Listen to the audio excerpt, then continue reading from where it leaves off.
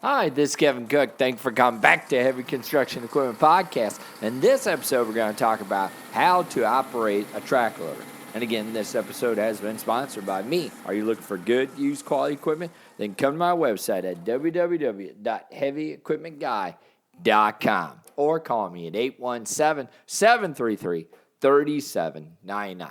All right, here we go on to the podcast.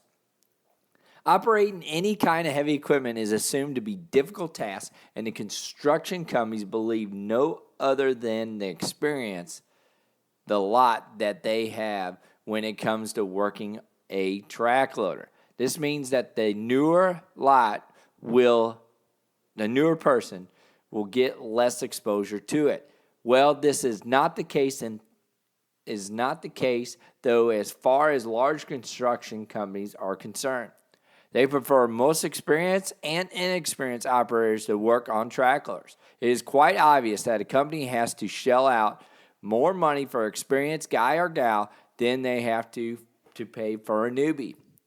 Keeping that in mind, they prefer training the new guys under the older ones so that they will have maximum exposure and learn to operate track loaders on their own. Other than that, there are so many training videos that one can access to help a trainee learn from it. All you need is an internet connection to make your life simple. The practical part can achieve only at the job site. Next, knowing the functions is crucial. A track loader comes with various functions that are meant for different purposes. An operator should be aware of all the functions and should understand the use which function at what time.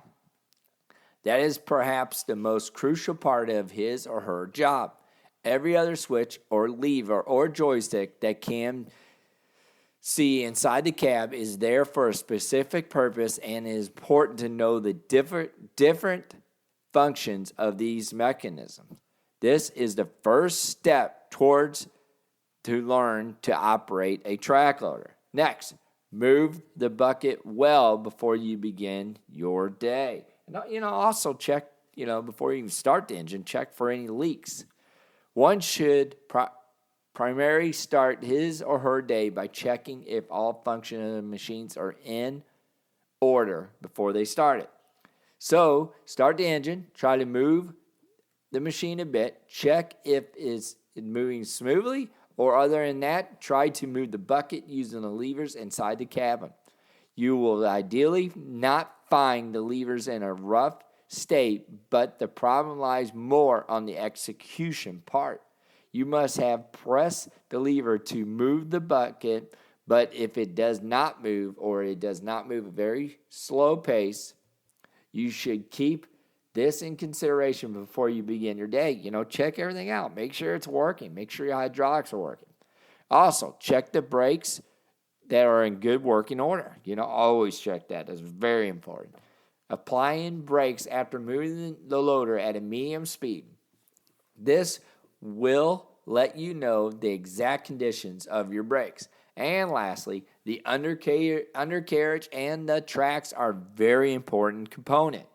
The undercarriage and the tracks are perhaps the most expensive component in the machine besides the engine, and also that it deteriorates after having worked for just over 800 hours.